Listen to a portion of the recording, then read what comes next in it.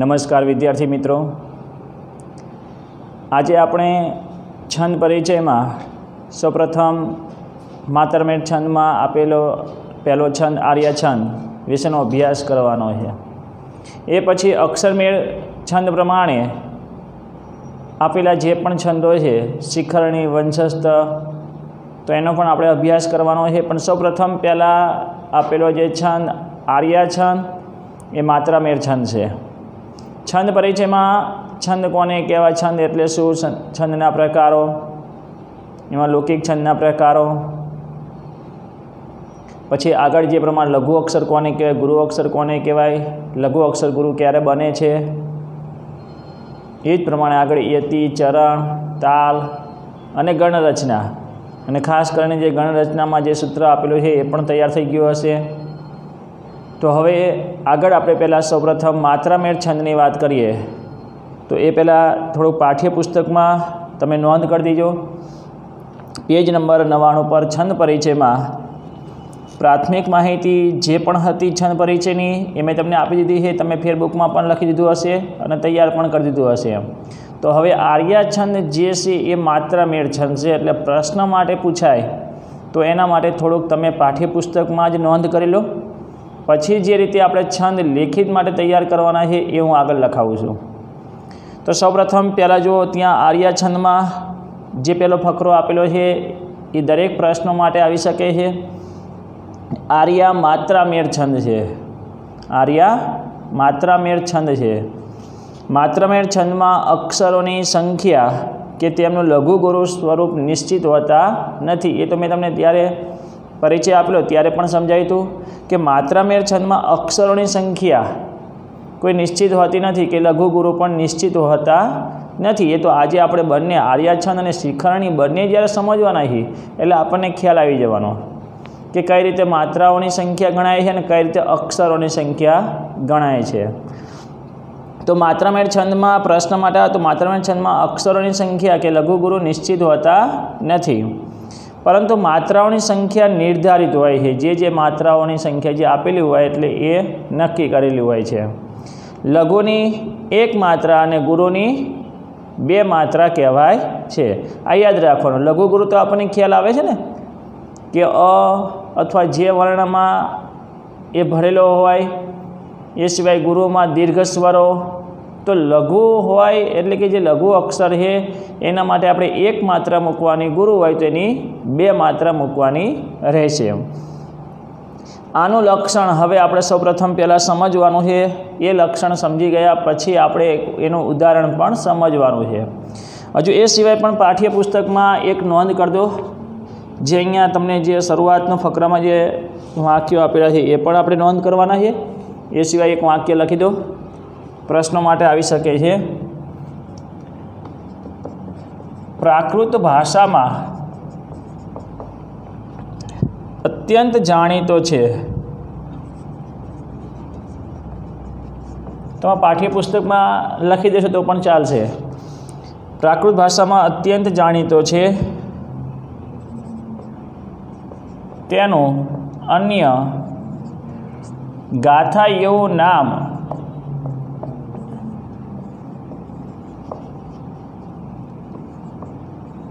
પણ પ્રસિદ્ધ છે। આર્યને ગાથા એવું પણ કહેવાય છે। પ્રાકૃત ભાષામાં અન્ય જાણીતો એટલે કે જે આપણે ગાથા તરીકે જે જાણીતો છે, અને પ્રાકૃત ભાષામાં અત્યંત જાણીતો, પ્રાકૃત ભાષામાં જેનો વધારે ઉપયોગ થયો છે એ આર્ય છંદ, અને એમાં આર્ય છંદને એક બીજું નામ ગાથા તરીકે પણ ઓળખવામાં આવે છે। હવે એ સિવાય એક પ્રશ્ન એવો છે, ગોવર્ધનાચાર્ય રચિત આર્ય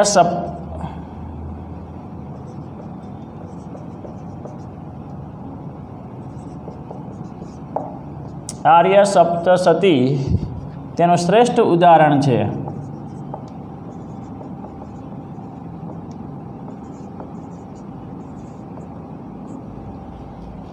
આ પ્રશ્નો માટે યાદ રાખવાનું, આર્ય છંદ માત્રામેળ છંદ તરીકે છે, અક્ષરમેળ છંદ નથી।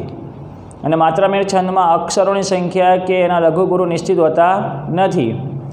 લઘુ માટે એક માત્રા ગુરુ હોય તો બે માત્રા મૂકવાની રહે છે. પ્રાકૃત ભાષામાં અત્યંત જાણીતો એવો આર્યા છંદને એક ગાથા એવા નામેથી પણ ઓળખવામાં આવે છે. આગળનો બીજો પ્રશ્ન છે કે એનું શ્રેષ્ઠ ઉદાહરણ એટલે ગોવર્ધનચાર્ય રચિત આર્યા સપ્તસતી જે ગ્રંથનું નામ છે એ એનું શ્રેષ્ઠ ઉદાહરણ છે કે જેમાં આર્યા છંદનો ઉપયોગ થયેલો છે. હવે આપણે આર્યા છંદને માત્રામેળ છંદ પ્રમાણે આપણે એનું લક્ષણ અને ઉદાહરણ સમજવાનું છે. તો આ તમે પાઠ્યપુસ્તકમાં લખી દેજો, પ્રશ્નો માટે તૈયાર કરવાના છે. હવે આપણે આર્યા છંદ કે લેખિત માટે જે પૂછાય છે એને કઈ રીતે લખવાનું છે એ તમારે ફેર બુકમાં લખવાનું રહેશે.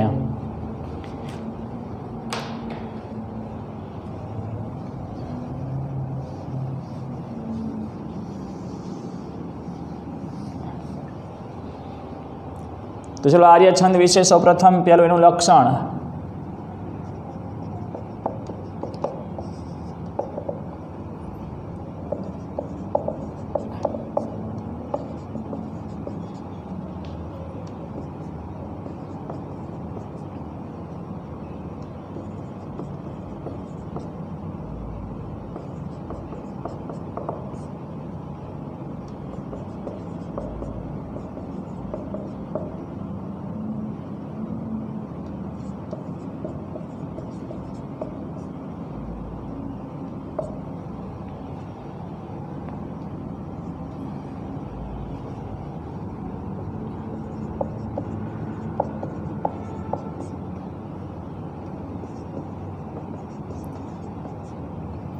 તમે પણ મારી જોડે જોડે ત્યાં એ લખતા રહેજો.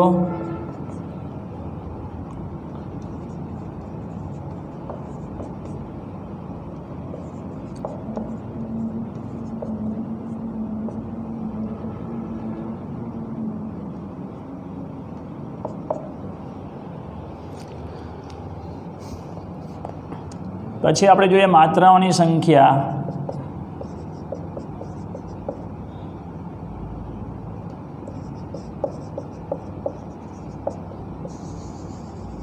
હવે માત્રાઓની સંખ્યા, એનો યતિ, એના ચરણ, આ બધું શેના પર આધારિત હોય છે?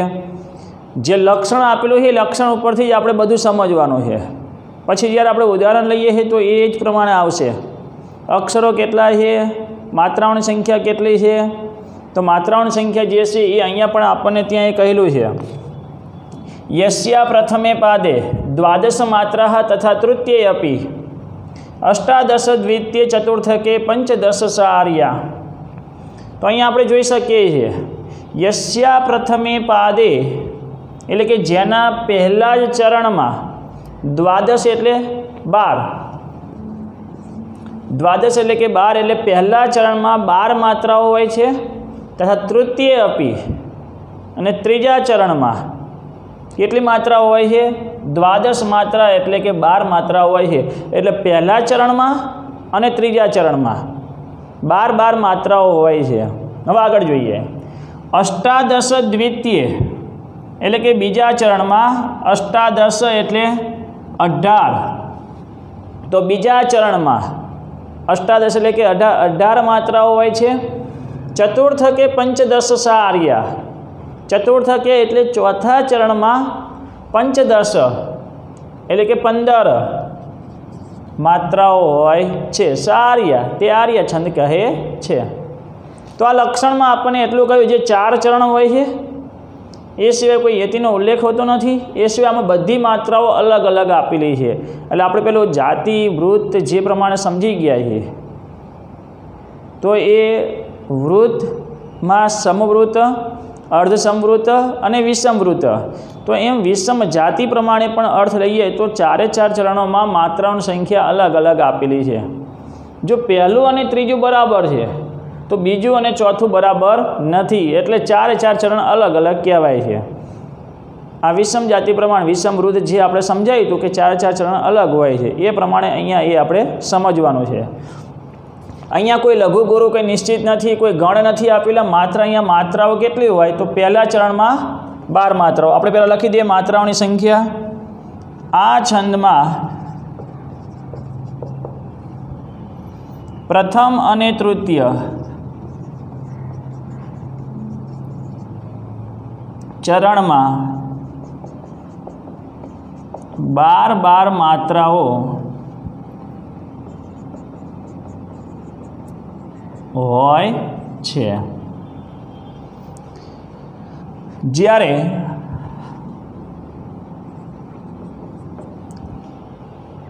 દ્વિતીય ચરણમાં એટલે કે બીજા ચરણમાં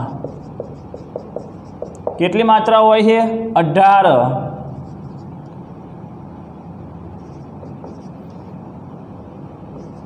અને ચતુર્થ ચરણમાં એટલે કે ચોથા ચરણમાં 15 માત્રાઓ હોય છે। તેને આર્યા છંદ કહે છે। તો અહીંયા આપણે જોઈએ છે કે જે લક્ષણ આપેલું છે એમાં જ આપણને કહી દીધું છે 4 ચરણ છે। એ સિવાય યતિ હંમેશા 4 ચરણના અંતે આવે છે અને એમાં માત્રાઓ કેટલી છે? તો કે પહેલા ચરણમાં, બીજા ચરણમાં, ત્રીજા ચરણમાં અને ચોથા ચરણમાં। તો અહીંયા જ આપણને કહી દીધું છે યસ્યા પ્રથમે પાદે 12 માત્રા તથા તૃતીય અપી 18 દ્વિતીય ચતુર્થે 15 સાર્યા। તમે આમાંય માત્રાઓ ગણી શકો છો। પહેલા ચરણમાં જે એની 12 માત્રાઓ છે, હવે આપણે લઘુ ગુરુ પ્રમાણે આપણે ગણતરી કરવા જાઓ ને તો એ ખ્યાલ આવી જાય કે જોડાક્ષરની આગળનો અક્ષર લઘુ છે તો એ ગુરુ થઈ જાય એટલે એની 2 માત્રા, આની 2 માત્રા, પ્ર એ લઘુ છે એની 1 માત્રા, થ એની 1 માત્રા, મેની 2 માત્રા, પાની 2 માત્રા, દેની 2 માત્રા।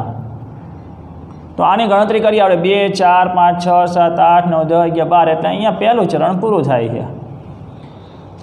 એ જ પ્રમાણે આપણું શું કીધું? તૃતીય અપી, ત્રીજામાં પણ 12 માત્રાઓ થાય છે। હવે આગળ જોઈએ આપણે અહીંયા, હું ખાલી તમને આ લક્ષણમાં એક સમજાવી દઉં ને એટલે તમને ખ્યાલ આવી જાય। આપણે લક્ષણ સમજાવવાનું નથી, લક્ષણની સમજૂતી આપવાની, એનો અર્થ આપવાનો અને ઉદાહરણમાં આપણે આ સમજૂતી આપવાની, પણ લક્ષણમાં આપણને બધું જ કહી દે છે।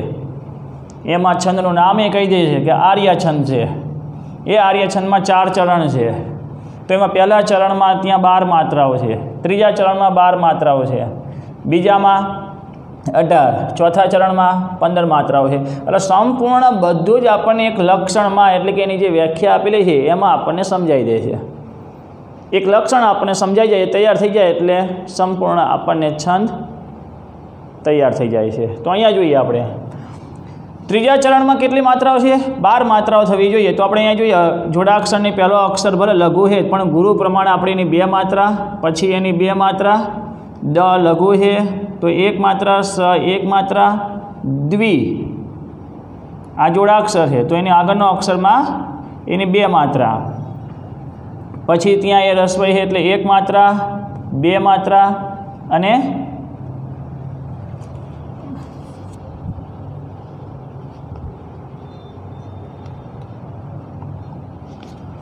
હા તો આપણે હવે અહીંયા જોઈએ છીએ તો અહીંયા આપણે અહીંયા 12 માત્રાઓ થશે। 2, 4, 5, 6, 7, 8, 9, 10, 11 ને 12 માત્રાઓ થઈ। અહીંયા જે પ્રમાણે લઘુ હોવા છતાં ગુરુ થઈ જાય છે એટલે આપણે જ્યાં લઘુનો ગુરુ થાય ત્યાં આપણે 2 માત્રા મૂકીએ છીએ। અહીંયા લઘુનો ગુરુ થાય એટલે 2 માત્રાઓ મૂકીએ છીએ। તો આ પ્રમાણે માત્રાઓ ગણવાની, અક્ષર ગણીએ તો 1, 2, 3, 4, 5, 6, 7 થાય, એમ નહીં, આપણે માત્રાઓ ગણવાની છે। તો માત્રાઓ કેટલી થાય છે? 12 માત્રાઓ થશે। હવે બાકી રહ્યું દ્વિતીય ચરણમાં 18 માત્રાઓ, એટલે અહીંયા આપણે ગણી શકીએ છીએ તમે કેટલી માત્રાઓ થવી જોઈએ? 18 માત્રાઓ થવી જોઈએ। અને ચોથામાં 15 માત્રાઓ થવી જોઈએ। અને ખાસ આને શું કહેવાય છે? અવગ્રહ કહેવાય છે, જેનું ઉચ્ચારણ આપણે અ કરવાનું છે। તૃતીય અપી સા આર્યા એટલે એની કોઈ ગણતરી નહીં થાય। તમે ગણતરી કરશો ને તો એની ગણતરી એમાં થશે નહીં। આપણે ખાલી એક આ જોઈ લઈએ કેટલી માત્રાઓ થવી જોઈએ? 18। અહીંયા કેટલી થશે? 2, 1, 1, 2, 2, 1, 2, પછી આની રૂ છે એટલે એક જ માત્રા, 2, 2, આની કોઈ માત્રા નહીં આવે પણ છેલ્લે અહીંયા અંતે હર હંમેશા લઘુ ગુરુ જ થઈ જાય। તો ભલે અહીંયા લઘુ હોય છે તો આપણે 2 માત્રાઓ મૂકવી પડશે। તમે ગણી શકો કેટલી માત્રાઓ થશે? 18 માત્રાઓ થવી જોઈએ। 2 3 4 5 6 7 8 9 10 11 12 13 14 15 16 17 ને 18 આની આપણે કોઈ ગણતરી કરવાની નથી જોડાક્ષર ખ્યાલ આવે છે।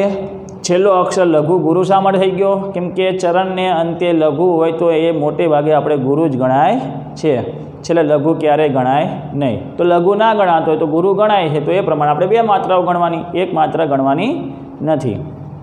લઘુ ગુરુ ખ્યાલ આવે એટલે માત્રાઓ તમે મૂકી શકો છો।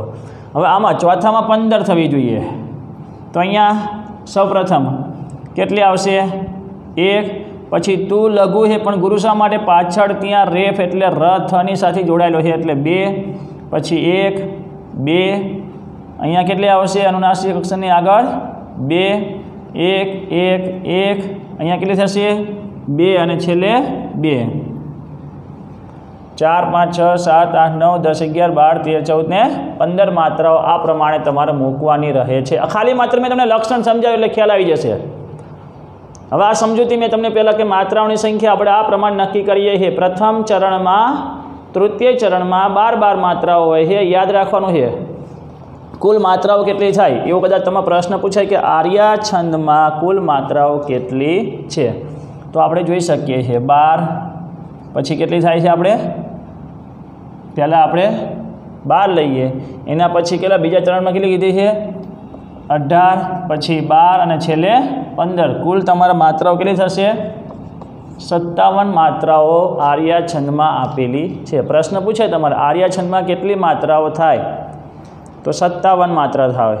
અથવા એવો પૂછે પહેલા ચરણમાં કેટલી માત્રાઓ હોય, ત્રીજા ચરણમાં કેટલી માત્રાઓ હોય છે, તો પછી આપણે એ રીતે જે અહીંયા લક્ષણ તૈયાર કરીએ છીએ એ પ્રમાણે આપણે માત્રાઓની સંખ્યા બતાવવાની રહે। હવે આગળ જોઈએ, આ તમારે અહીંયા દર્શાવવાની કોઈ જરૂર નહીં, આ તો ખાલી તમને સમજાવવા માટે, તમને ખ્યાલ આવે, આપણે ખાલી લક્ષણ જ લખવાનું છે। લક્ષણ લખાઈ જાય પછી એનું માત્રાઓની સંખ્યા, તમે આ બધું 2 1 માત્રાઓ લક્ષણમાં મૂકતા નહીં, લક્ષણમાં કંઈ જ આપણે સમજૂતી આપવા નથી। હવે ઉદાહરણ જે સમજાવું ને એટલે તમને ખ્યાલ આવવો જોઈએ, તો આપણે આગળ લખીએ યતિ। હવે આ યતિ અને ચરણનો ઉલ્લેખ કરવાની કોઈ જરૂર નથી, છતાં પણ આપણે લખી દેવાનું કે આ છંદમાં ચરણને અંતે યતિ આવે, પછી એ જ પ્રમાણે ચરણ, કેટલા ચરણ છે? 4।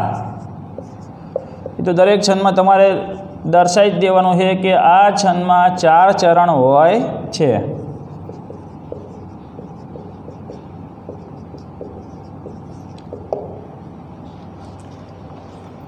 યતિ એટલે કે જે પ્રમાણે 12મા અક્ષરે, એના પછી 18મા અક્ષરે, એના પછી આપણે 12મા અક્ષરે અને 15મા અક્ષરે, આ પ્રમાણે ત્યાં યતિ એટલે ગાન કરીએ છીએ ત્યારે એ પ્રમાણે યતિ મૂકવાનો રહે છે। આપણે ઉદાહરણ જોઈએ એટલે એની સાથે એને પણ આપણે સમજી લઈએ। ઉદાહરણ પાઠ્યપુસ્તકમાં પણ ત્યાં એ આપેલું છે, એ જ પ્રમાણે સમજાવવાનું છે। હવે તમે એક ખાસ યાદ રાખવાનું કે જ્યારે છંદ તમે લેખિત માટે લખો ને ત્યારે આ લક્ષણ હોય કે ઉદાહરણ હોય, લક્ષણમાં તમે જગ્યા મૂકવાની જરૂર નથી કેમ કે એમાં કંઈ દર્શાવવાનું નથી, પણ ઉદાહરણ લખો ને એટલે ઉપરની એક લીટી તમારે મૂકી દેવાની। તમે જ્યારે ચોપડામાં ફેરબુકમાં જ્યારે લખો છો ત્યારે ઉપરની એક લીટી મૂકી દેવાની, શાના માટે? કે આ ભેગું ના થઈ જાય, આપણે જે માત્રાઓ મૂકીએ છીએ એ ભેગું ના થઈ જાય। એ સિવાય અક્ષરમેળમાં લઘુ ગુરુ તો મૂકવા જ પડશે। તો છંદના ઉદાહરણમાં હંમેશા દરેક ચરણની ઉપર એક લીટીની જગ્યા મૂકી દેવાની। ચલો આગળ જોઈએ આપણે એનું ઉદાહરણ।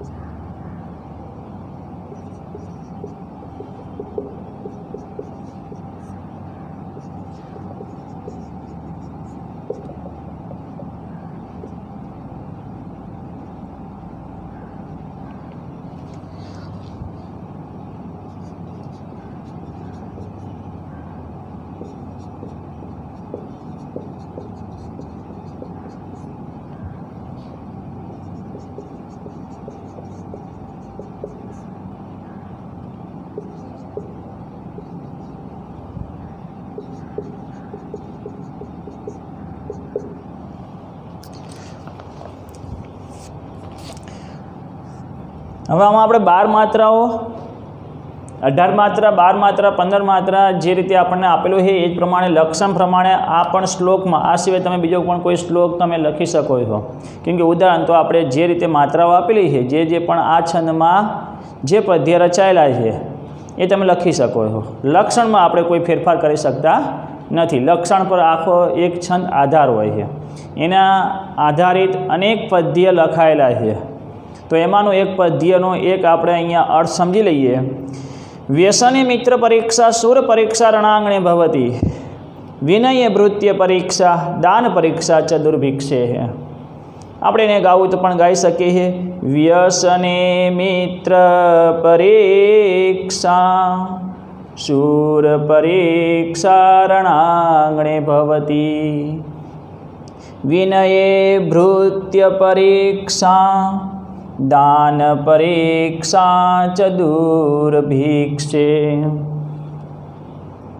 તો એ પ્રમાણે આપણે જોઈએ યતિમાં વ્યસને મિત્ર પરીક્ષા સુર પરીક્ષા રણાંગણે ભવતી, વિનય ભૃત્ય પરીક્ષા દાન પરીક્ષા ચ દુર્ભિક્ષે.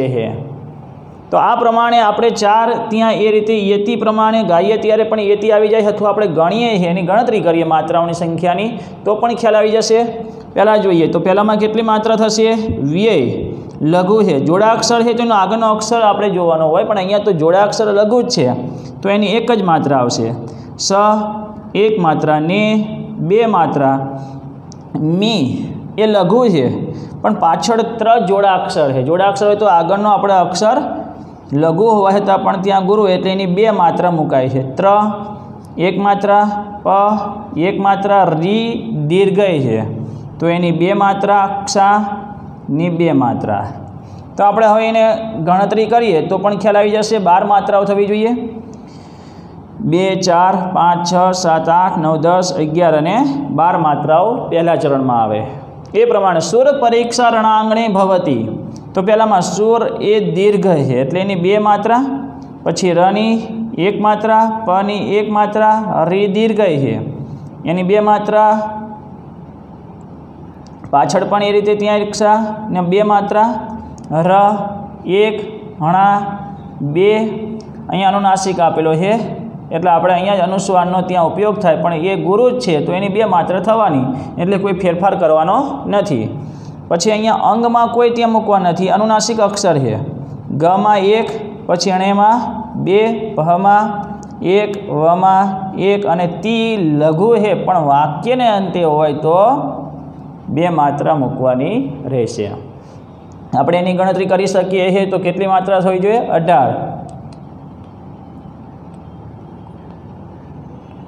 18 માત્રાઓ થઈ જાય છે. હવે આપણે આગળ જોઈએ. ખાસ ધ્યાન રાખજો કે અહીંયા જે રણાંગણે જે શબ્દ આપેલો છે આપણે જ્યારે ગુજરાતીમાં લખીએ છીએ તો એને રણાંગણે આ રીતે આપણે લખીએ છીએ. એટલે ટૂંકમાં આપણે સંસ્કૃતમાં આ રીતે એને લખી શકાતું નથી, અનુનાસિક અક્ષર મૂકવો પડે છે એટલે અનુસ્વાર કહી શકાય. અને અનુસ્વારવાળો અક્ષર કદાચ લઘુ હોય તો ગુરુ થઈ જાય, પણ આ તો ગુરુ અક્ષર છે એટલે એમાં કોઈ ફેરફાર કરવાનો નથી. ચલો આગળ જોઈએ. ત્રીજામાં તો તૃતીય અપી દ્વાદશ માત્રા. ત્રીજામાં પણ 12 માત્રાઓ હોય છે. પહેલામાં 1, ન 1, યે 2 માત્રા, પછી ભ્રુ એ લઘુ અક્ષર જ છે. ભ્રુ એ લઘુ અક્ષર છે પણ પાછળ જોડાક્ષર હોવાને કારણે તમારે ત્યાં 2 માત્રા મૂકવી પડશે. તેમાં 1 જ માત્રા, પ 1 માત્રા, રી 2 માત્રા, એની પાછળ પણ 2 માત્રા. તો કુલ કેટલી માત્રા થવી જોઈએ? 12 માત્રાઓ થવી જોઈએ. 2, 4, 5, 6, 7, 8, 9, 10, 11 અને 12 માત્રાઓ થાય છે. પહેલા ચરણમાં 12 માત્રા, ત્રીજા ચરણમાં પણ 12 માત્રાઓ અને બીજા ચરણમાં આપણે કેટલી માત્રાઓ થઈ? 18 માત્રાઓ. હવે આગળ જોઈએ. દાન પરીક્ષા ચ દુર્ભિક્ષે છે તો એમાં કેટલી માત્રાઓ થવી જોઈએ? 15 માત્રાઓ.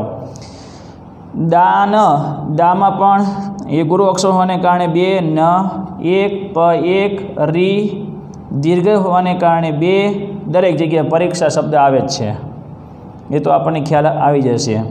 પછી અહીંયા પણ 2, ચમાં 1, દુ એ લઘુ અક્ષર છે तो एक मात्रा नहीं पण त्यां बे मात्रा शा माटे मूकवी पड़शे? पाछळ जोडाक्षर र भनी साथे जोड़ायेलो छे।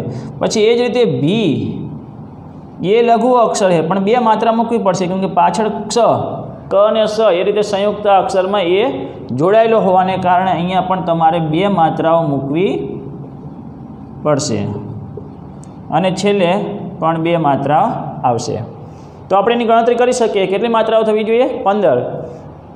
2 2 4 5 6 7 8 9 10 11 12 13 14 ने 15। कोई जग्याए कोई વધઘટ थती नथी। आ रीते कोईपण काव्यशास्त्रीओ कविओ જ્યારે પણ આ છંદનો આધાર લે છે તો આ પ્રમાણે 12 18 12 15 એટલે એક આ લક્ષણને ધ્યાનમાં રાખીને એના અનેક આર્ય છંદના ઉદાહરણ માટેના પદ્યો લખી શકે છે। તો એના માટે આ લક્ષણ એક તૈયાર કરવું જરૂરી છે। એટલે આપણે પરીક્ષા માટે હવે વાત કરીએ કે જેમાં તમારે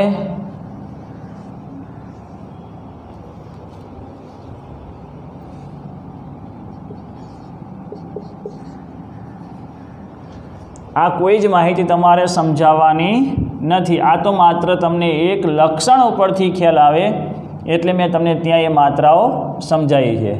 मात्रा छंद जे मात्रामेर छंद से तो ये प्रमाणे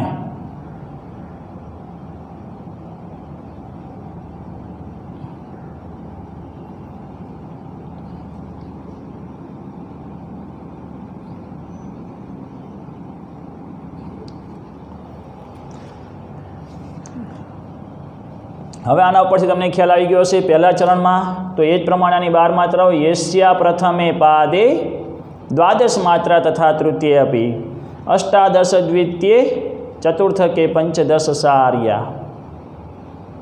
तो ये प्रमाणे 4 चरण में दरेक चरण ने अंते यति एटले अटकवानुं आवे छे। आपणे यति एटले अटकवुं, एनो कोई चेन मूकवा नथी, खाली अटकवुं। गान करती वखते आपणे अहींया अटकी जईए छीए। तो आ प्रमाणे 4 चरणों में जे लक्षण में कही ए प्रमाणेनी मात्राओ आ रीते मूकवानी छे। तमे अक्षरोनी संख्यानी कोई निश्चित नहीं, लघु गुरु कोई निश्चित होता नहीं कि आ प्रमाणे त्यां लघु गुरु आपणे त्रिक बनावीए छीए, एमां लघु गुरु मूकीए छीए, ए आमां कोई ज त्यां नक्की ज नथी, एनुं स्वरूप आपवामां आवतुं नथी। आपणे तो सीधी અહીંથી શરૂઆત કરીએ એટલે પહેલું ચરણ જે છે ત્યાં સુધીની 12 માત્રાઓ થવી જોઈએ। બીજા ચરણમાં ત્યાં 18 કહે એટલે 18 માત્રાઓ છેલ્લે સુધીમાં થવી જોઈએ। जो क्यांक ओछी थाय छे अथवा वधे है तो आपणी क्यांक एवी नानी एवी क्यांक भूल होई शके। भूल कई होई शके कि छेल्ले कदाच लघु है ने आपणी एक मात्रा मूकी पण वाक्य पूरुं थाय तो एक ना आवे, त्यां बे मात्राओ आवे। ए प्रमाणे अहींया छे कि दुर्भिक्षे कि दु ए लघु है, भी ए पण लघु है, तो अहींया एक एक मात्रा आवी जोईए पण नहीं। पाछळ जोडाक्षरोने कारणे આગળનો अक्षर लघु गुरु थई जाय छे। तो ए प्रमाणे गुरुनी बे मात्रा मुकाय छे। तो आर्या छंद एकदम सहेलो छंद है जे तैयार पण थई जाय छे। फरीथी आपणे एक वखत लईए। आर्या छंद मात्रामेर छंद है। मात्रामेर छंद में कोई ज पण अक्षरोनी संख्या के लघु गुरुनी संख्या ए स्वरूप निश्चित होता नहीं। प्राकृत भाषा में अत्यंत आ जाणीतो है जेनुं बीजुं नाम गाथा है। ए सिवाय गोवर्धन आचार्य रचित जे आर्या सप्तशती जे नामनो जे ग्रंथ एमणे रचेलो है एनुं श्रेष्ठ एनुं उदाहरण कहेवाय है, केम के एमां अनेक आ पद्यो आपेला छे।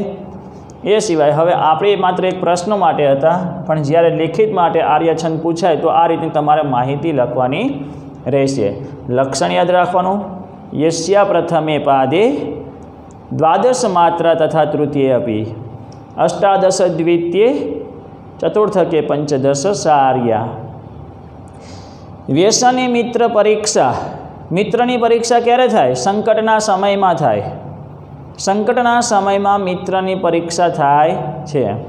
शूर परीक्षा रणांगणे भवती, युद्ध मैदान में शूरवीरनी परीक्षा थाय छे। आपणे एनो अर्थ समजीए छीए।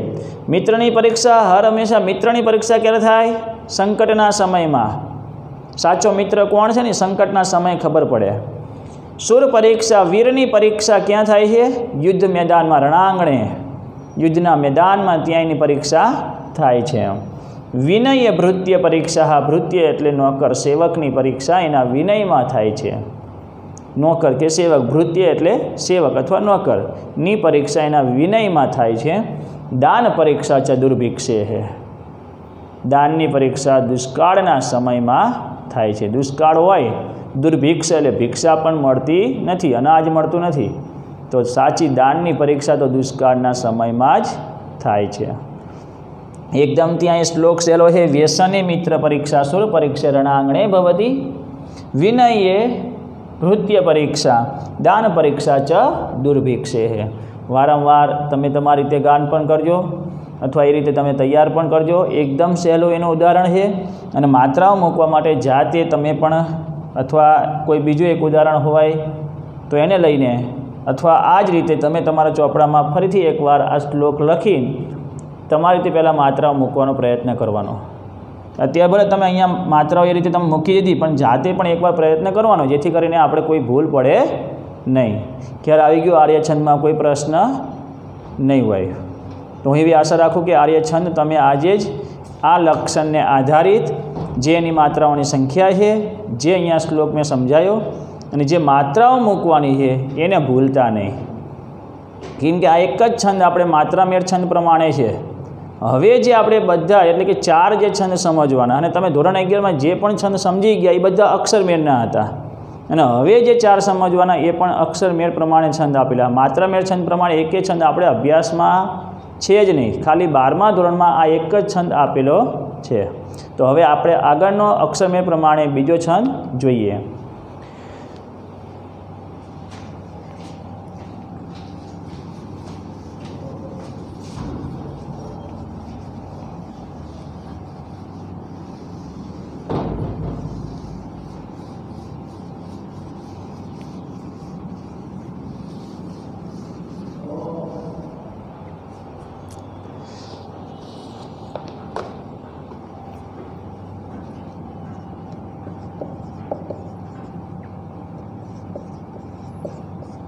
શિખરણી છંદ એટલે કે અક્ષરમેળ છંદ પ્રમાણે છે, એટલે એમાં લઘુ ગુરુ નિશ્ચિત હોય, અક્ષરોની સંખ્યા નિશ્ચિત હોય, એનું સ્વરૂપ નક્કી હોય।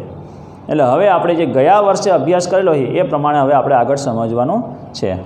તો ચલો એમાં શિખરણીમાં સૌ પ્રથમ પહેલાં આપણે લક્ષણ સમજી લઈએ।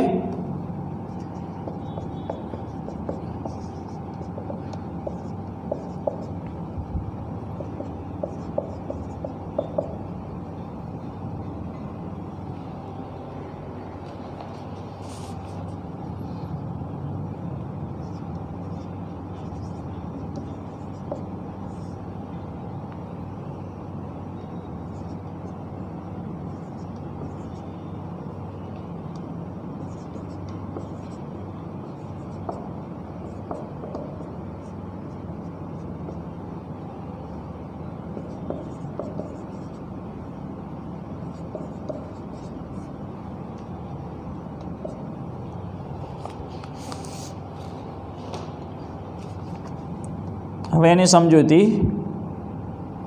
એટલે કે એનો આપણે અર્થ સમજવાનો છે, કે જેમાં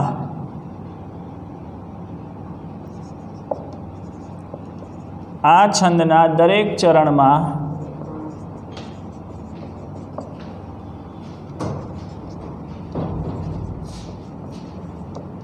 સત્તર અક્ષરો હોય છે।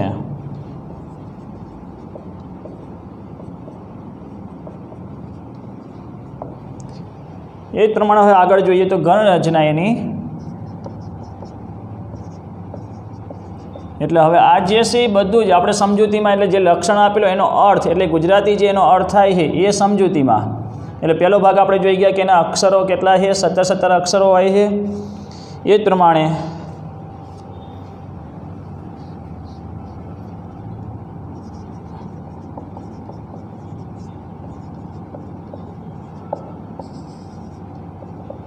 અક્ષરોની સંખ્યા લઈ લઈએ એટલે ક્રમમાં તમને પણ યાદ રહે। અક્ષરોની સંખ્યા કેટલી? આ છંદના દરેક ચરણમાં 17 અક્ષરો હોય છે। હવે ગણ રચના જોઈએ તો ગણ રચનામાં પણ એ લક્ષણમાં જ એની સમજૂતી આપેલી હોય છે। ય ગણ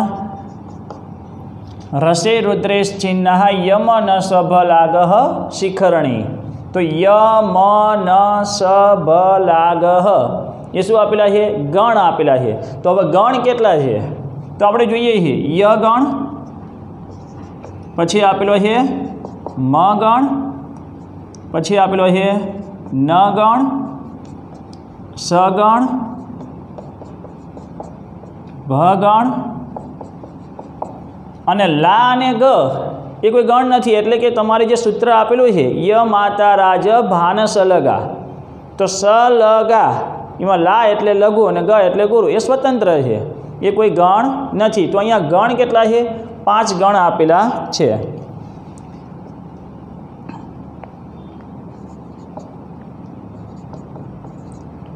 આ 5 ગણ છે જેને આપણે શું કહી શકીએ છીએ? એને શું કહેવાય છે? ત્રિક પણ કહી શકીએ છીએ. એટલે કે 5 ત્રિક બને છે. અને છેલ્લા 2 અક્ષરો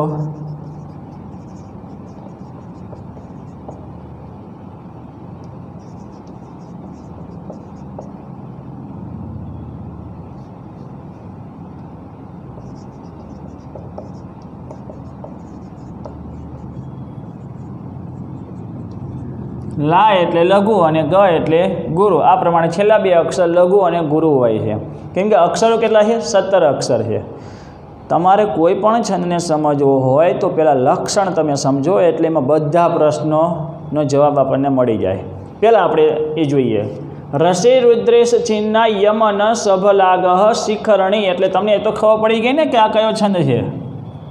પહેલાંમાં હતું સા આર્યા, એટલે આર્યા છંદ છે. શિખરણી એટલે શિખરણી છંદ છે. હવે એ શિખરણી છંદમાં અક્ષરોની સંખ્યા કેટલી છે? તો આપણે લક્ષણ ઉપર કહી શકીએ છીએ.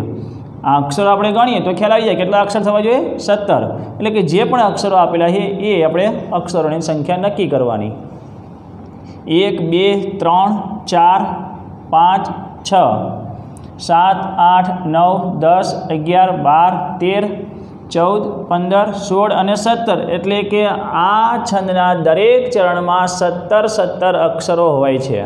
બીજો પ્રશ્ન જો મળી ગયો. હવે ગણ રચના કરવી છે તો અહીંયા જોઈએ. રસે રુદ્રેશ છિન્નાહ યમ ન સ ભ લા ગહ, તો 17 અક્ષર પ્રમાણે અહીંયા 5 ગણ આપેલા છે જેને આપણે 5 ત્રિક કહીએ. તો 5 ત્રિક એટલે અક્ષરો કેટલા થાય? 15 થાય. 3 અક્ષરનો સમૂહ, તો 5 ગણ પ્રમાણે 15 અક્ષર થયા. હવે છેલ્લા 2 સ્વતંત્ર છે, એટલે કે છેલ્લા 2 અક્ષર લઘુ અને ગુરુ છે, એટલે કુલ 17 અક્ષર થાય. આગળ જઈએ. યતિ. યતિનો ઉલ્લેખ લક્ષણમાં થયેલો હોય છે, પણ દરેક છંદમાં નહીં.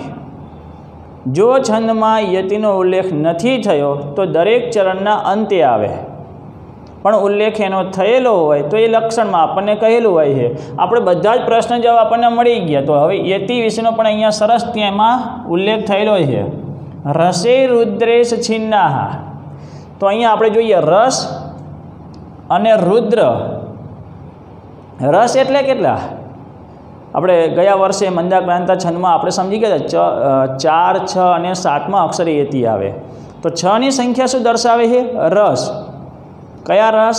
સાહિત્યના કે ભોજનના? ભોજનના રસ. કેમ કે સાહિત્યના રસ 9 છે, એટલે 9ની સંખ્યા નહીં સમજવાની. આપણે ભોજનના જે 9 રસ આપેલા છે, ખાટો, કડવો, મીઠો, તો આ જે એના 6 રસ આપેલા છે એ 6 રસની સંખ્યા આપણે સમજવાની. હવે આગળ જોઈએ. રુદ્રે. રુદ્ર ભગવાન શિવનું એક સ્વરૂપ છે. તો પુરાણમાં એવું કહ્યું છે કે રુદ્રની સંખ્યા કેટલી છે? 11 છે. કેમ કે દરેક સાહિત્યમાં ધાર્મિક જે ગ્રંથો છે એ દરેકમાં અલગ અલગ સ્વરૂપ આપેલા છે. રુદ્ર એટલે શિવ, આ એમનું એક નામ છે. પણ 11 રુદ્ર એવી સંખ્યા એમની બતાવેલી છે પુરાણમાં. તો પુરાણ પ્રમાણે આપણે અહીંયા જોઈએ તો રુદ્રની સંખ્યા કેટલી સમજવાની છે? 11. એટલે 6 રસ અને 11 રુદ્ર. તો યતિ કયા અક્ષરે આવશે? 6ઠા અક્ષરે યતિ આવશે અને 11મા અક્ષરે યતિ આવશે. અને હવે તો આપણને ખ્યાલ છે કઈ રીતે ગણતરી કરવાની. 17 અક્ષર છે તો 6ઠા અક્ષરે એટલે અહીંથી આપણે શરૂઆત કરીએ. રસે રુદ્રેશ છિન્નાહ, એટલે 6ઠો અક્ષર અહીંયા થાય એટલે આપણે પહેલો અહીંયા યતિ મૂકીએ છીએ, અટકી જવાનું. હવે ત્યાંથી આગળ શરૂઆત કરો તો 11મા અક્ષર, એટલે અહીંથી યથી ગણતરી કરો એટલે છેલ્લે આવશે. હર હંમેશા ચરણને અંતે યતિ આવે જ, એ તો આપણે યાદ રાખવાનું જ છે. પણ એમ ના કહી શકાય 17માં અક્ષરે યતિ આવે, કેમ કે 17માં અક્ષર એટલે અહીંથી ગણતરી થાય, આપણે ગણતરી અહીંથી કરવાની, એટલે અહીંયા 11માં અક્ષરે યતિ આવે. તો યતિ લખી દઈએ. 6 રસ અને 11 રુદ્ર. આ પ્રમાણે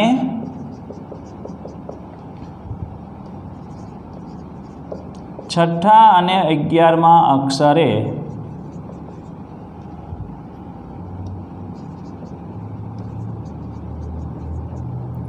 યતિ આવે.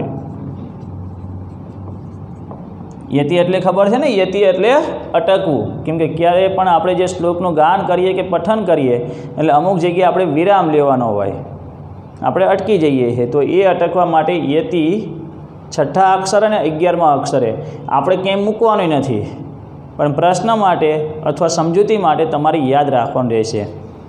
6 રસ એટલે કે છઠ્ઠા અક્ષરે, 11 રુદ્ર એટલે કે 11મા અક્ષરે, છઠ્ઠા અને 11મા અક્ષરે યતિ મુકાય છે. ચરણ કેટલા હોય છે? દરેક છંદમાં તમારે લખી દેવાનું કે આ છંદમાં કુલ 4 ચરણ હોય છે.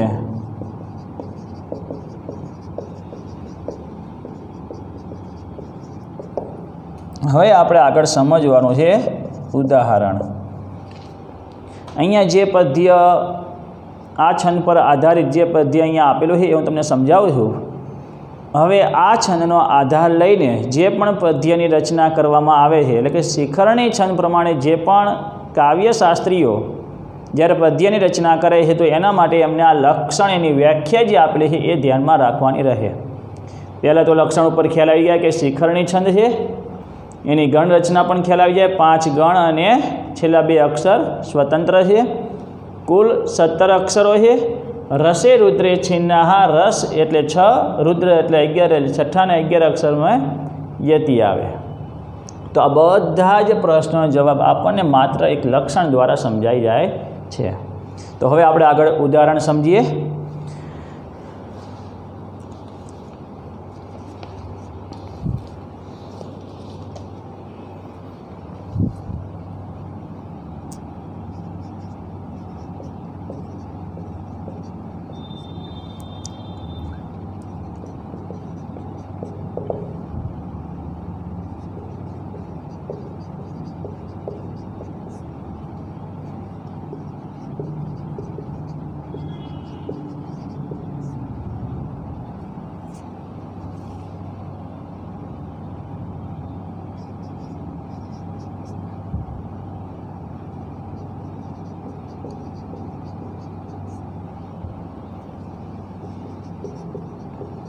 જ્યારે પણ ઉદાહરણ લખો એટલે ઉપર એક લીટી મૂકી દેવાની. શેના માટે?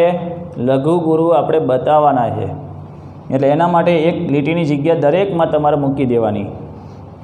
4 ચરણમાં તમારે એને સમજાવવાના રહેશે, એટલે 4 ચરણમાં તમારે એક લીટીની જગ્યા મૂકીને જ લખવું.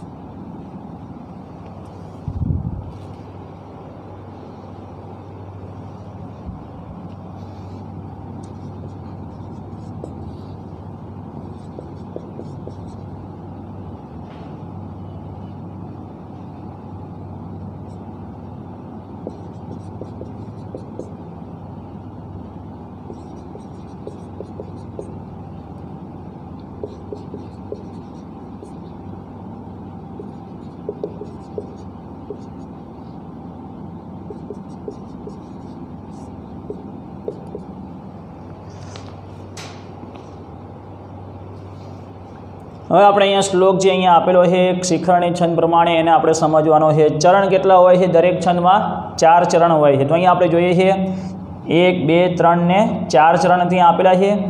4 ચરણ એટલે કે દરેક ચરણમાં કેટલા અક્ષર હોય છે? 17 અક્ષર હોય છે। તો આપણે 4 ચરણ જોઈ શકીએ છીએ કે દરેકમાં 17 અક્ષર, એટલે આ પ્રમાણે પહેલા ચરણમાં 17, બીજામાં પણ 17, ત્રીજામાં 17 અને ચોથામાં પણ 17 અક્ષર થશે। અક્ષરોની સંખ્યા નિશ્ચિત હોય છે, લઘુ ગુરુના સ્વરૂપ પણ નિશ્ચિત જ હોય છે। એટલે પહેલું ચરણ જ્યારે આપણે સમજીએ છીએ તો બાકીના 3 ચરણમાં કોઈ જ ફેરફાર કરવાનો નથી। પહેલાં આપણે સમજીએ તો આ છંદના દરેક ચરણમાં 17 અક્ષર, તો દરેકમાં 17 અક્ષર થાય છે, એ તમે જોઈ શકો છો। હવે આગળ જોઈએ આપણે તો ય ગણ, મ ગણ, ન ગણ, સ ગણ, ભ ગણ, એટલે આ 5 ગણ છે। જો તમને યાદ ન રહે તો એના માટે પહેલાં આપણે શું કરવાનું કે પેલું જે સૂત્ર આપણે તૈયાર કરીએ છીએ એ પ્રમાણે પહેલાં તમારે મૂકી દેવાનું। ય ગણ પ્રમાણે ત્યાં શું આવશે? ય મા તા એટલે લઘુ ગુરુ ગુરુ। પછી મ ગણ પ્રમાણે મા તારા એટલે 3 3 ગુરુ। પછી ન ગણ પ્રમાણે નસલ તો 3 3 લઘુ। સૂત્ર ખ્યાલ છે ને? ય માતા રાજ ભાનસ લગા, એટલે જે અક્ષરો એના પછીના 2 અક્ષર લેવાના। ન ગણ પ્રમાણે ન સ લ, પછી સ ગણ પ્રમાણે સ લ ગા, એટલે છેલ્લો એક ગુરુ, આગળના બંને લઘુ આવે। સ લ ગા। પછી ભ પ્રમાણે ભા ન સ, એટલે પહેલાં ગુરુ આવશે અને છેલ્લા બંને લઘુ, અને છેલ્લા 2 અક્ષર છે એ લઘુ ગુરુ આવશે। હવે અહીંયા જોઈએ તો 4 ચરણમાં 17 અક્ષર આપેલા છે। હવે ગણ મૂકવાના છે, તો એના માટે આપણે શું કરશું? ગણ કોને કહેવાય? 3 અક્ષરના સમૂહને ગણ કહેવાય, એટલે કે આપણે એને ત્રિક કહીએ છીએ। તો પહેલાં એક કામ કરો, ત્રિક બનાવી દો દરેક ચરણમાં, એટલે ભૂલ જ નહીં પડે। કેમ કે દરેક આપણે શ્લોક લખીએ છીએ, આપણે તો પોતે રચના એની કરેલી નથી, એટલે ભૂલ પડે, પણ ત્રિક બનાવો જેથી કરીને કોઈ ભૂલ નહીં પડે। તો આપણે પહેલાં ત્રિક બનાવી દઈએ। પહેલા ચરણમાં 17 અક્ષર છે, ત્રિક કેટલા બનવા જોઈએ? 5।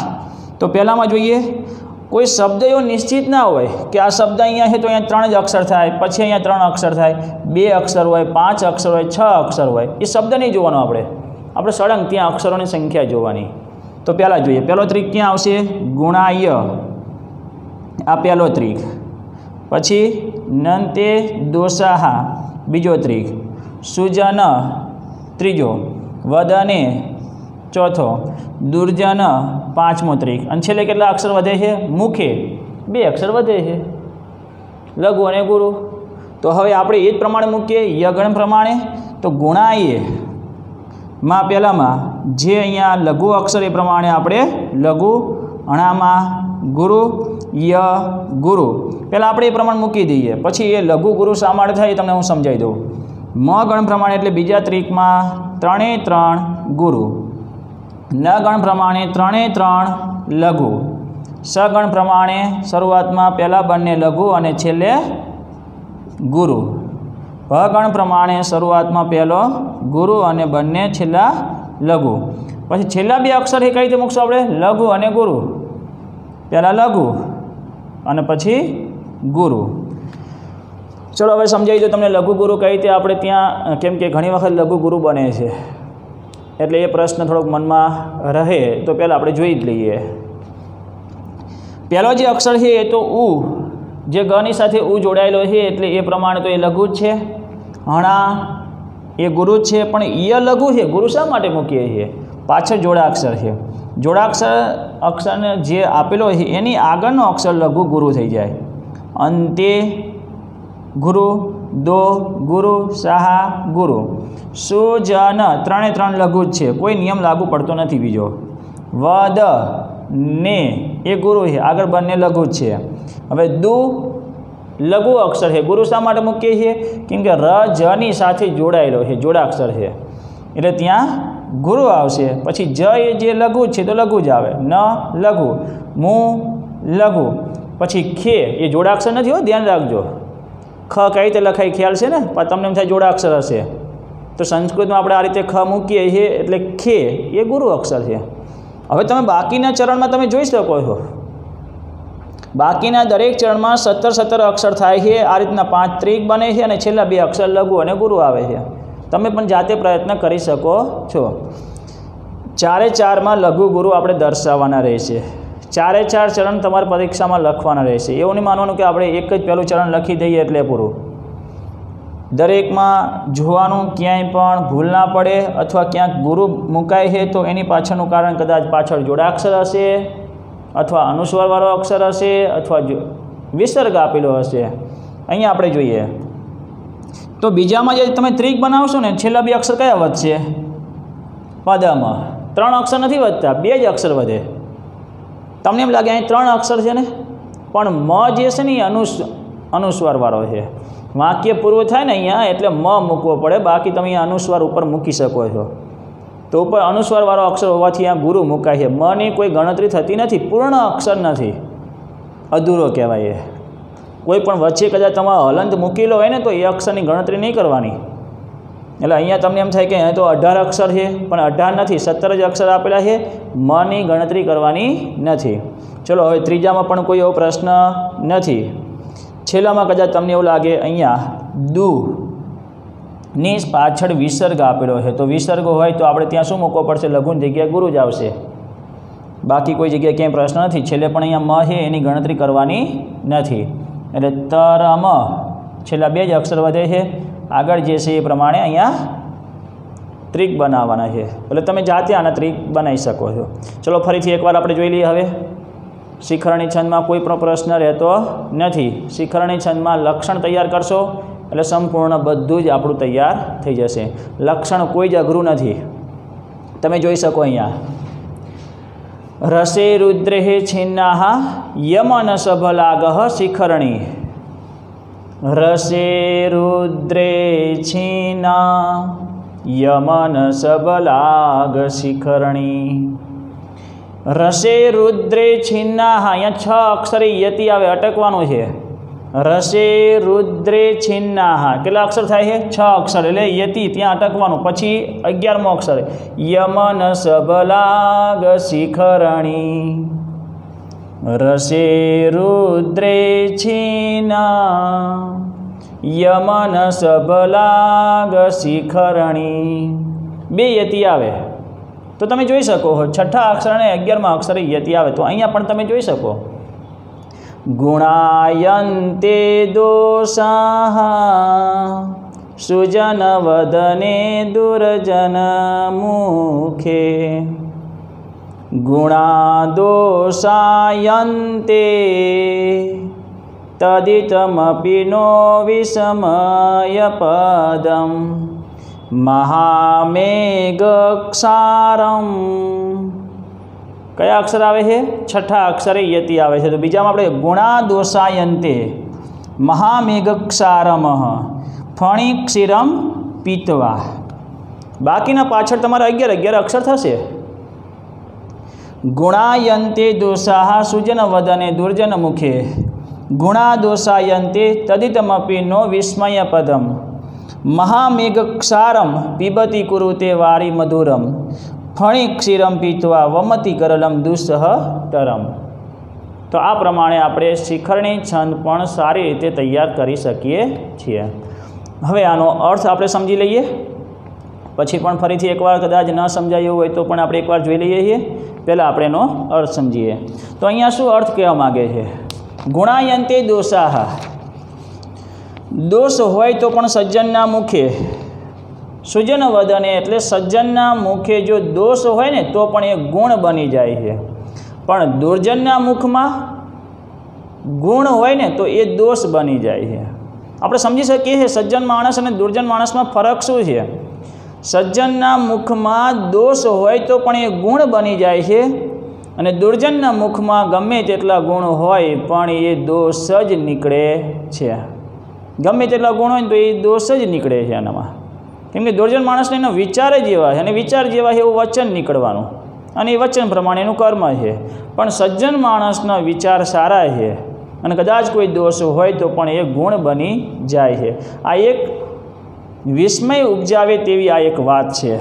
હકીકત એ છે કે સજ્જનના મુખમાં કેમ એ દોષ ગુણ બની જાય છે, પણ એ કુદરતી એનો સ્વભાવ છે। આપણે જોઈએ આગળ બીજું ઉદાહરણ છે, મહામેઘ ક્ષારમ પીબતી. મહામેઘ એટલે વાદળ. વાદળ પાણી જે પીવે છે કેવું? ક્ષારમ પીબતી, ખારું પાણી પીવે, સમુદ્રનું ખારું પાણી એ વાદળ પીવે છે. કુરુતે વારી મધુરમ. વારી એટલે પાણી. પાણી કેવું આપે છે આપણને? મધુર પાણી આપે છે. આ એનો સ્વભાવ સજ્જન માણસની સાથે સરખાવે છે કે વાદળ જ્યારે ખારું પાણી પીવે છે તો ખારું પાણી નથી આપતો, પણ મધુર પાણી આપે છે. ફણી ક્ષીરમ પીતવા વમતી ગરલમ દુસહતરમ. ફણી ક્ષીરમ પીતવા, હા, ફણી એટલે નાગ, ક્ષીરમ એટલે દૂધ. તો નાગ દૂધ પીને, વમતી ગરલમ, નાગ દૂધ પીવે છે પણ શું બહાર કાઢે છે? ઝેર કાઢે છે બહાર. તો આ પણ એક અસહ્ય બની રહે એવી એક આ વાત છે. એટલે કહેવાનો અર્થ અહીંયા સજ્જન માણસ અને દુર્જન માણસમાં આ ફરક છે કે સજ્જનના મુખમાં ગમે ત્યારે સારા ગુણ જ નીકળે છે, ગમે તે દોષ હોય તો એ દોષ નીકળતો નથી. પણ દુર્જનના મુખમાં ભલે ગમે તેવા એને ગુણ સારા હોય પણ મુખમાંથી તો દોષ જ નીકળે છે. તો એ દુર્જન માણસને એક નાગ સાપની સાથે એને સરખાયો છે અને વાદળની સાથે સજ્જન માણસને સરખાવવામાં આવેલો છે. એટલે આપણે એનો અર્થ લખવો હોય તો નીચે આપણે એનો અર્થ લખી શકીએ છીએ. ચલો ફરીથી એકવાર, એટલે લક્ષણ પ્રમાણે શિખરણી છંદ હવે જોઈએ. શિખરણી છંદ અક્ષરમેળ છંદ છે જેમાં ચારેય ચરણ સરખા જ છે, એટલે સમવૃત્ત પ્રમાણે થશે. રસે રુદ્રે હે છિન્નાહ એટલે 6 અક્ષર એ પ્રમાણ. પછી યમ ન સભલાગહ શિખરણી. શિખરણી છંદ ગણ પણ એમાં આપેલા છે, યતિ પણ એમાં આપેલો છે અને અક્ષરની સંખ્યા પણ તમે એમાં જોઈ શકો છો. અને આ જે તમે લઘુગુરુ અહીંયા મૂકો છો ને એ મૂકવો હોય ને તો તમે અહીંયા મૂકી શકો, તમે એનો પ્રયત્ન કરી શકો, મૂકવાની જરૂર નથી. પણ આ જે રીતે આપણે લઘુગુરુ મૂકીએ છીએ, 5 ત્રિક બનાવીએ છીએ, એ જ રીતે આમાં 5 ત્રિક તમે બનાવી શકો છો. છેલ્લા 2 અક્ષર તમારા લઘુગુરુ રહેશે, કેમ કે આખો મૂળ આખો આધાર જે છે એના પ્રમાણે તો આપણે આખું સમજવાનું છે. તો ફરીથી એકવાર શિખરણી છંદ, પહેલાં લક્ષણ તૈયાર થઈ ગયેલું હશે, બધાને તૈયાર થઈ જાય એવું છે. રસે રુદ્રે છિન્નાહ યમન સભલાગહ શિખરણી. એ પ્રમાણે અક્ષરોની સંખ્યા 17. ગણ આ પ્રમાણે મૂકવાના. જો એ ગણમાં તમને યાદ ના રહે તો સૂત્ર પ્રમાણે તમે લઘુગુરુ અહીંયા દર્શાવી શકો છો. પછી છેલ્લા 2 અક્ષર જે લઘુગુરુ છે તે યતિ 6ઠા અને 11મા અક્ષરે. ચરણ 4 ચરણો હોય છે અને ઉદાહરણ તમારા આ તૈયાર કરવાનું છે. ઉદાહરણ કદાચ તમને બીજું કોઈ યોગ્ય લાગે તો પણ તમે તૈયાર કરી શકો છો, કેમ કે આ શિખરણી છંદ પ્રમાણે કદાચ અનેક પદ્યો જે પણ લેવામાં આવેલા છે આપણા અભ્યાસમાં પણ ક્યાંક આવે તો એ રીતે પણ તમે તૈયાર કરી શકો છો. પણ હું માનું ત્યાં સુધી આ પદ્ય જે અહીંયા શ્લોક આપેલો છે એ ઘણો સહેલો છે. સારું, તો હવે અહીંયા હું પહેલો છંદ અને બીજો છંદ જે મેં તમને અભ્યાસ એનો કરાયો, તો હું એવી આશા રાખું, કેમ કે છંદ પરિચયમાં પૂરેપૂરા માર્ક્સ તમે લાવી શકો. સંસ્કૃત વિષય એવો છે કે તમે પૂરા માર્ક્સ લાવી શકો, પણ એક થોડોક મગજમાં એવો આપણને કે જે ગુજરાતીમાં છંદ કે અલંકાર આપણે સમજી ગયા હોય, સંસ્કૃતમાં આપણે સંસ્કૃતના ઉદાહરણ આપવાના હોય છે, એટલે થોડુંક આપણને એમ થાય કે સંસ્કૃતમાં કઈ રીતે તૈયાર કરશું, પણ સહેલું છે. તમે આ જ પ્રમાણે તૈયારી કરીને તમે જ્યારે લખો છો એટલે પૂરેપૂરા સંસ્કૃતમાં માર્ક તમે મેળવી શકો છો. છંદ કે અલંકાર કોઈ અઘરા નથી. લક્ષણ તૈયાર કરો, લક્ષણ પ્રમાણે ઉદાહરણ તમે સમજાવી શકો છો અને જે લક્ષણની જે સમજૂતી આપવાની હોય એ પણ બરાબર તમે લક્ષણ પર આધારિત તમે સમજાવી શકો છો. પણ યાદ રાખજો, આર્યા છંદ એ માત્રામેળ છંદ છે. માત્રામેળ છંદમાં આ રીતે લઘુગુરુ મૂકવાના નથી, એમાં માત્રાઓ મૂકવાની છે. આગળ સમજાય ને પહેલો છંદ, એમાં માત્રાઓ મૂકવાની છે. કઈ રીતે મૂકવાની છે એ પણ આપણને સમજાઈ ગયું. તો તમે જાતે એકવાર એ ઉદાહરણ લખીને માત્રા મૂકવાનો પ્રયત્ન કરજો. આમાં પણ લઘુગુરુ કઈ રીતે મૂકી શકાય એ પાછળના 3 ચરણ છે એમાં પણ તમે જાતે પ્રયત્ન કરજો. એમાંય આપણે લઘુગુરુ મૂકવાના જ છે, એટલે જે પ્રશ્ન હશે એ તમને ત્યાં એનો જવાબ મળી જશે. તો છંદ પરિચય, આર્યા છંદ અને શિખરણી છંદ, આ પ્રથમ સત્ર માટે આપણે આટલી તૈયારી કરવાની રહેશે. તો એટલું સંપૂર્ણ તમે તૈયાર કરી દેજો. અસ્તુ.